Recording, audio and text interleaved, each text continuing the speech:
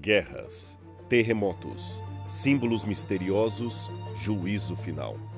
Estes são os elementos que marcam um dos livros mais desafiadores de todos os tempos, o Apocalipse. Estamos vivendo o fim do mundo? Podemos desvendar os mistérios desse livro? Começa agora Evidências, temporada especial Apocalipse. Olá pessoal, está tudo pronto para começarmos o programa de hoje, mas eu não poderia iniciar mais esse programa do Evidências sem primeiro oferecer para você um presente da TV Novo Tempo e dos Anjos da Esperança. É o Guia de Estudos Evidências. Será que Deus existe? Por que existe o sofrimento? Podemos, afinal de contas, acreditar na Bíblia Sagrada? Estes e outros assuntos estão aqui esperando por você. É só pedir. Liga pra gente, 0 Operadora 12 21 27 31 21. Não anotou? Eu repito, 0 Operadora 12 21 27 31 21 é de graça. Você também pode pedir pelo site novotempo.com/estudo ou biblia.com.br. A Bíblia Sagrada é um livro fascinante e a sua leitura certamente tem transformado vidas através dos séculos. Contudo, por se tratar de um antigo livro, a sua leitura nem sempre é clara para o leitor moderno, especialmente eu e você que vivemos no século XXI. Principalmente o Apocalipse. Ele está repleto de simbolismos e imagens muito complexas. Um dos maiores desafios para o leitor de hoje são as imagens e a estrutura que o livro apresenta. É que a nossa forma de pensar ocidental é muito marcada por aquele modo como os gregos e romanos desenvolviam a sua dissertação acerca de qualquer assunto. Geralmente nós esperamos um raciocínio que tenha começo, meio e fim. Mas, para sua surpresa, saiba que há outros meios de raciocinar acerca de um tema ou mesmo defender uma argumentação e até, aliás, no antigo mundo greco-romano, temos outras formas de raciocínio que fogem dessa estrutura comum de começo, meio e fim. Veja o caso, por exemplo, de Plutarco, autor de Vidas Paralelas. Plutarco era um pensador grego que viveu sob o domínio do Império Romano e, é claro, aproveitou a sua influência para defender a cultura grega perante o Império e perante os próprios romanos. Plutarco, então, ocupou muitos cargos públicos, tanto de sacerdote até de magistrado.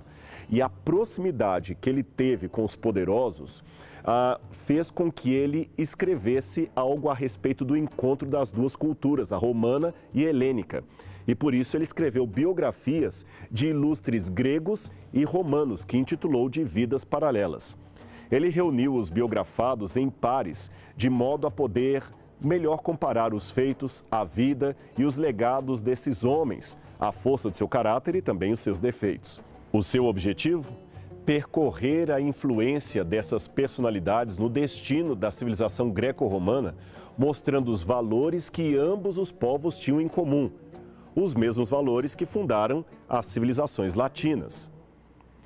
Foi assim que Plutarco compôs, por exemplo, uma biografia paralela das vidas de Júlio César e Alexandre o Grande, apenas para mostrar as semelhanças de comportamento e caráter entre ambos.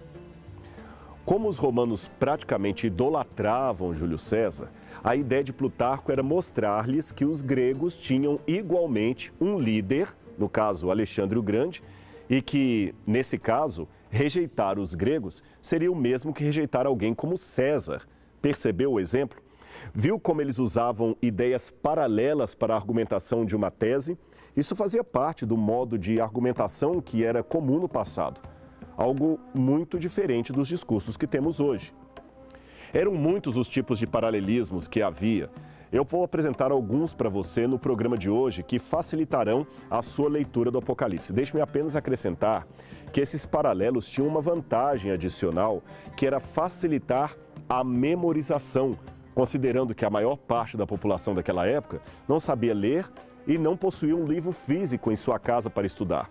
Os livros eram muito caros e muito raros, eu já mostrei isso no programa anterior. As cópias ficavam geralmente em grandes bibliotecas ou eram apenas de uso coletivo de uma comunidade. Quer um exemplo? Veja o que a Bíblia diz em Apocalipse capítulo 1, versículo 3, mas eu vou citar como está na Almeida atualizada. Bem-aventurados aqueles que leem e aqueles que ouvem as palavras da profecia e guardam as coisas nelas escritas, porque o tempo está próximo. Eu citei de propósito nessa versão porque há um erro de tradução aqui que foi corrigido em outras edições mais recentes. Outras edições da Bíblia de Almeida, eu digo, é que no texto original não está bem assim. Ali diz, bem-aventurado ou feliz aquele que lê e aqueles que ouvem. E realmente era assim. Os cristãos primitivos não tinham cópias individuais da Bíblia para que todos os membros da igreja pudessem ler, como hoje acontece quando pregamos numa igreja e cada membro pode acompanhar a leitura da Bíblia no seu smartphone. Não era assim no passado.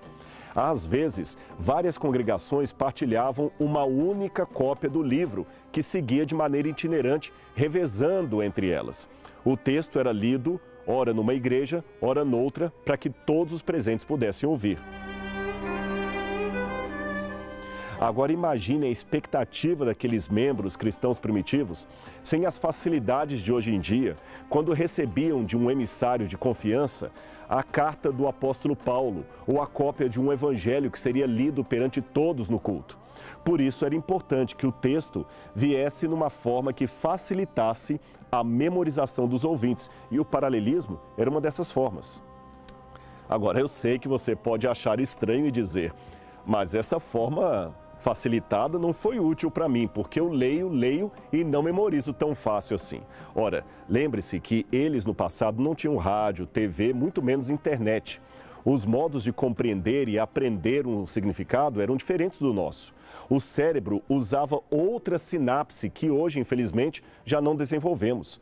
Um cego, por exemplo, justamente por estar desprovido de visão, consegue perceber muito mais noções como cheiro ou audição do que alguém que enxerga.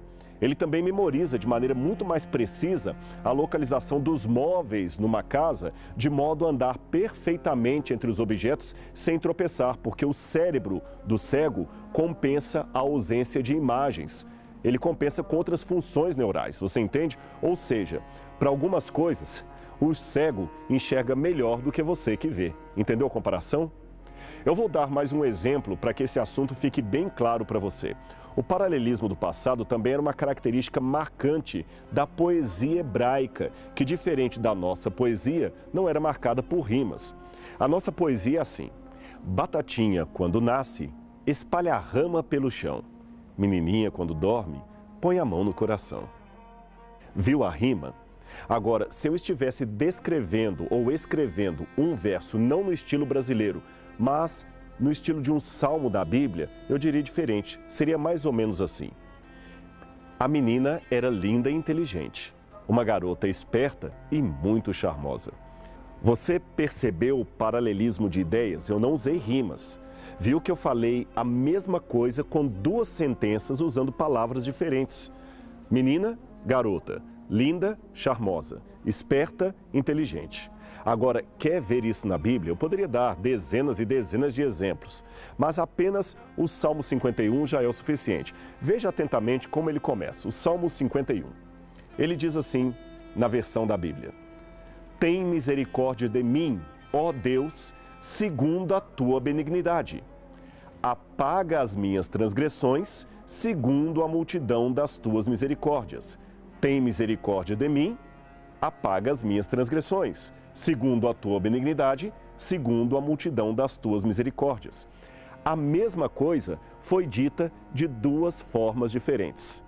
Agora, preste atenção na sequência dos versos desse salmo. Veja como eles são paralelos. Lava-me completamente da minha iniquidade, purifica-me do meu pecado. Porque eu conheço as minhas transgressões, o meu pecado está sempre diante de mim. Contra ti somente pequei. Fiz o que era mal à tua vista. Eis que em iniquidade fui formado. Em pecado me concebeu a minha mãe. Purifica-me com isope e ficarei puro. Lava-me e ficarei mais branco do que a neve. Acho que ficou claro para você o formato do paralelismo, não é mesmo? Agora, vamos dar um passo além. quando o paralelismo é uma forma mais elaborada, que chamamos de quiasmo. Para isso, eu preciso que você veja atentamente o texto de Isaías 55, 8 e 9, que diz: porque os meus pensamentos não são os vossos pensamentos, nem os vossos caminhos os meus caminhos, diz o Senhor. Porque assim como os céus são mais altos do que a terra, assim são os meus caminhos mais altos que os vossos caminhos, e os meus pensamentos mais altos que os vossos pensamentos. Você percebeu como as ideias vão se encontrando de maneira concêntrica, de fora para dentro? Por isso, esta forma é chamada de quiasmo, porque lembra a letra ri em grego, que se parece com o nosso X. Bem, mas vamos devagar, construindo o argumento, passo por passo, para analisar a Bíblia como literatura, tá bom? Agora, eu tenho que fazer uma advertência. Nesse sentido, eu não posso esperar que todas as narrativas da Bíblia sigam o mesmo modelo, o mesmo ritmo, nem que todas as estruturas devam estar perfeitamente enquadradas num padrão único de capa a capa da Bíblia. Não é assim que funciona. Ou seja, não dá para esperar que o estilo poético do poeta Amós, que era um boiadeiro, seja idêntico ao de Isaías, que era membro da corte, ou que o estilo do livro de Jó, considerado sapiencial, seria ainda similar às poesias de Abacuque, que foi provavelmente um professor do Templo de Jerusalém. Em outras palavras, há estilos diferentes na Bíblia. E eu não quero cansar você falando exaustivamente de cada um deles. O ponto aqui é sugerir, ainda que hipoteticamente, se esse estilo não poderia estar por detrás da estrutura geral do Apocalipse. Eu quero mostrar aqui na tela um livro para você, um livro muito interessante de literatura grega, Homero e a Tradição Heróica, de Cedric Whiteman. Esse livro é um livro que mostra como, segundo ele, é possível ver uma estrutura quiástica em Homero. Vamos ver aqui no quadro. Note como, segundo o autor, o livro de Homero está completamente. Você perceba que a mesma coisa que Homero começa a falar no início, pragas e funerais, é o que ele fala no final quando fala do funeral de Heitor. Depois ele fala sobre o conflito e ele termina também falando sobre a reconciliação e a restituição do corpo de Heitor. Depois ele fala de Tétis e Aquiles. Aqui ele fala justamente sobre Tétis e Aquiles. Depois ele fala sobre Tétis e Zeus. De novo ele fala sobre Tétis e Zeus. E você nota que tem um deslocamento aqui, com a jornada para uma cidade e depois com a jornada de Priamos. Você percebeu o deslocamento? Mas apesar desse deslocamento, o livro vai tendo o paralelismo de todas as ideias até chegar a um centro comum. Ora, se assim está de maneira inteira no livro de Homero, por que não poderia estar também no livro do Apocalipse?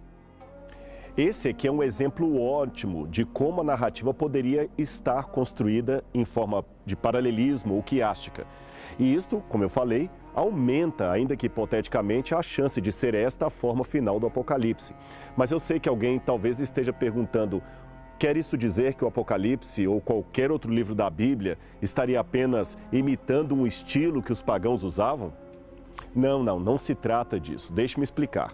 Não podemos, por um lado, entender que a Bíblia é apenas o fruto de uma cultura do Antigo Oriente Médio. Não. A Bíblia é a palavra inspirada de Deus. Ponto final.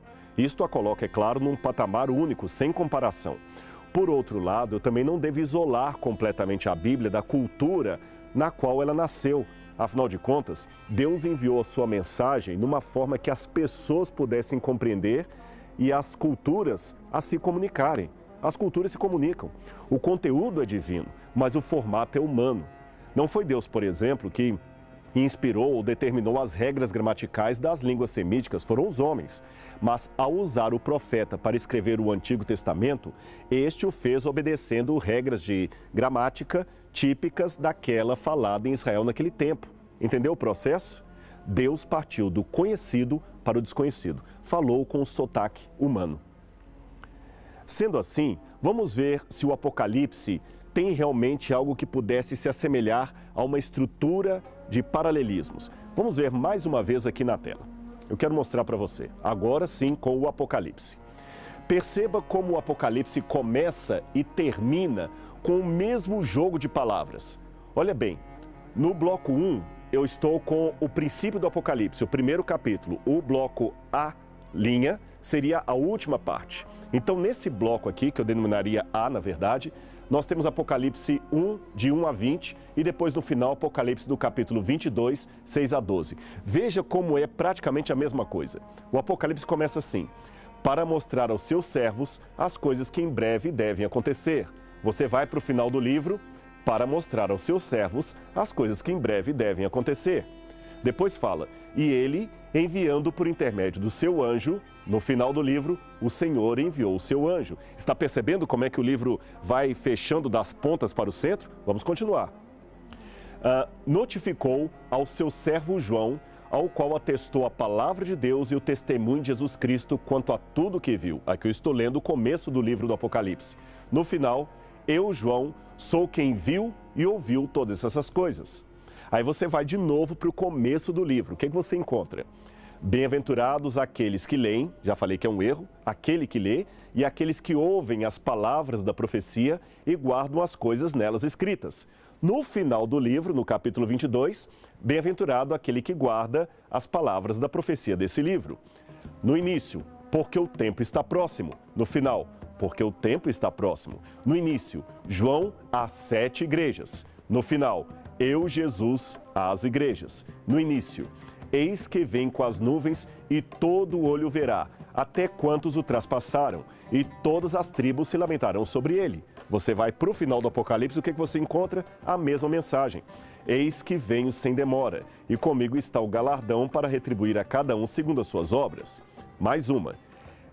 Eis que vem com as nuvens e todo olho verá, até quantos o traspassaram. Estou repetindo o verso. E todas as tribos se lamentarão sobre ele.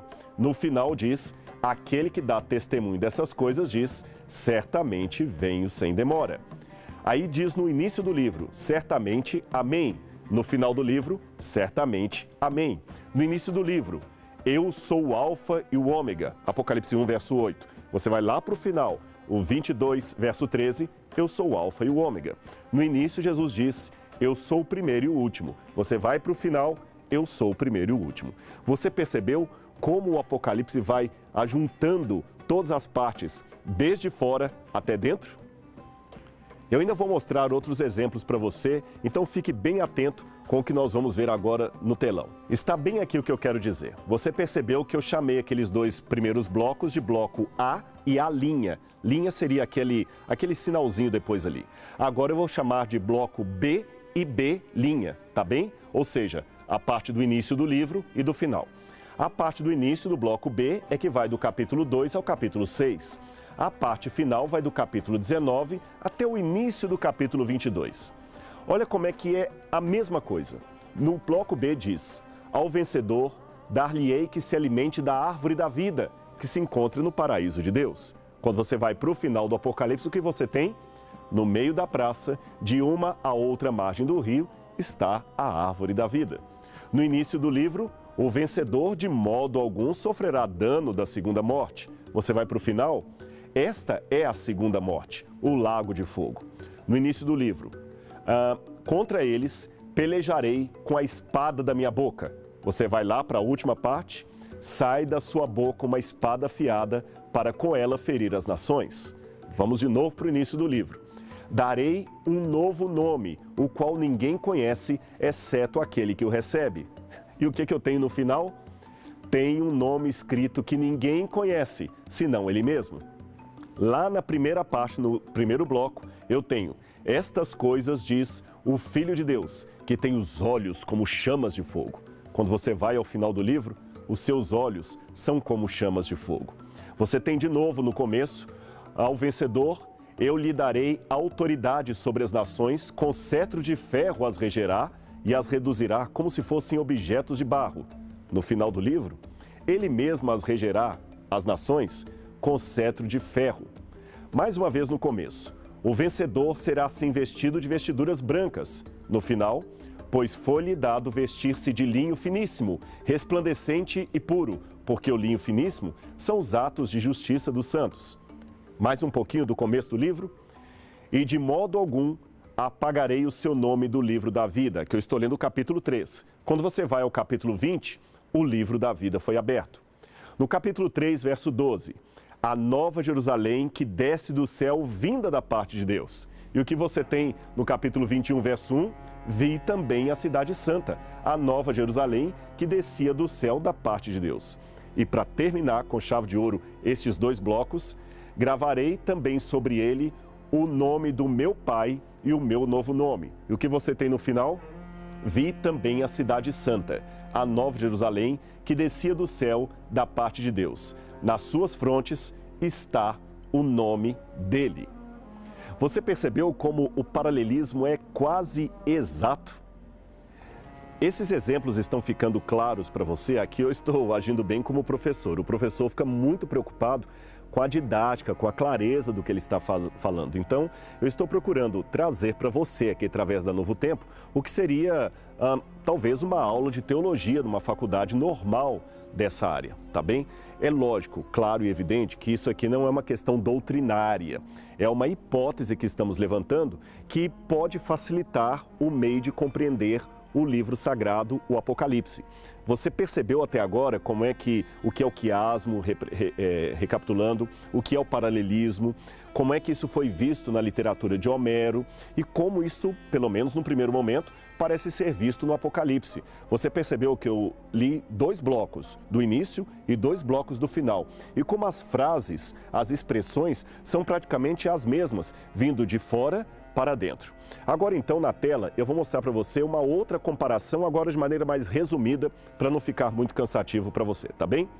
Vamos ver agora aqui na tela a comparação, por exemplo, das pragas e das trombetas, novamente respeitando aquele esquema do quiasmo, que é sempre concêntrico, ou seja, de fora para dentro o paralelismo.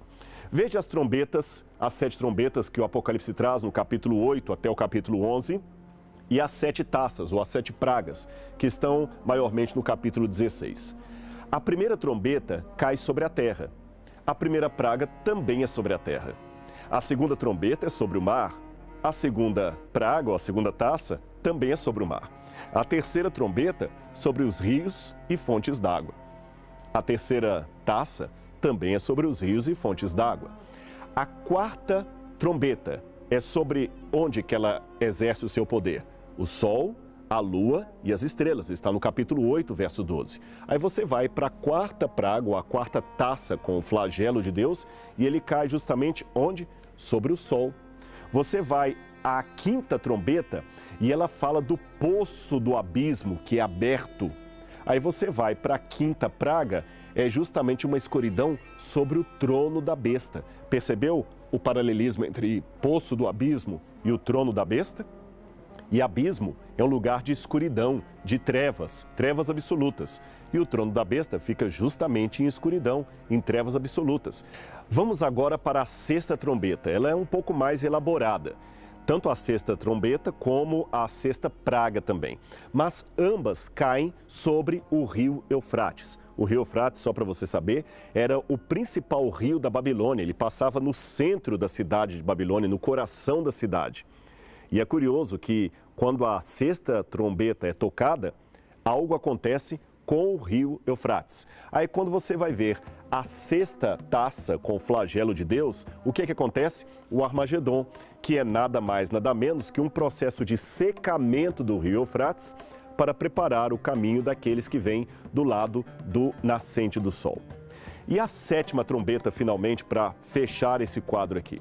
A sétima trombeta mostra um conglomerado de eventos naturais que envolve raio, granizo, pedras que caem do céu. Aí quando você vai ler no capítulo 16, a sétima praga, é praticamente a mesma coisa. Raio, granizo, pedras de cerca de 1 talento caindo do céu sobre a terra. Você percebeu como, novamente, o paralelismo é formado? É muito didático, é muito claro, é muito fácil de entender todo esse processo. Aliás, eu espero que esteja sendo fácil para você em casa e acompanhar tudo isso. E sempre é bom, ao assistir essa série nova do programa Evidências, eu dou 2 sugestões para você. Tenha uma Bíblia aberta toda hora que o programa começar para você acompanhar as passagens. E, em segundo lugar, procure ler antes do programa, aquele capítulo do Apocalipse. Isso vai facilitar bastante o seu entendimento do livro e as explicações que a gente vai dar aqui para você. Agora eu vou voltar para o quadro, já com esses exemplos em mente, para você ver uma forma geral como eu posso sugerir o paralelismo ou o quiasmo no Apocalipse de um modo geral, no livro como um todo. Vamos ver aqui na tela. Você tem o bloco A, que seria a introdução. Nós fizemos a comparação para você ali do bloco A, onde eu li vários textos, e ele fecha justamente com o bloco A', que seria a conclusão.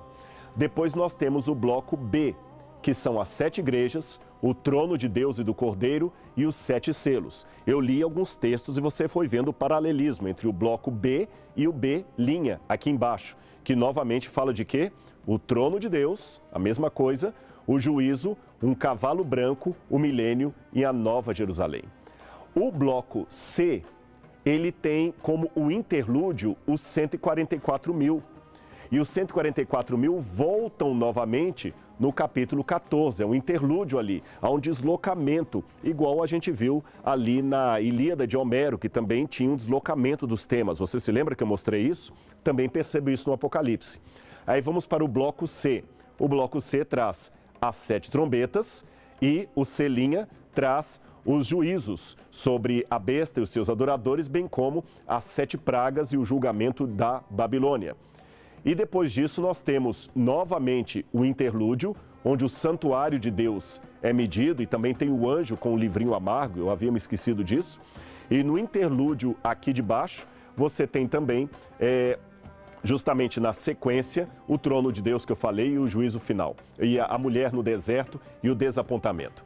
E o bloco D, que você tem aqui na frente, traz o dragão e a mulher, e novamente o dragão e a mulher. E o centro do Apocalipse é justamente o conflito cósmico no céu entre Miguel e seus anjos e entre o dragão e seus anjos.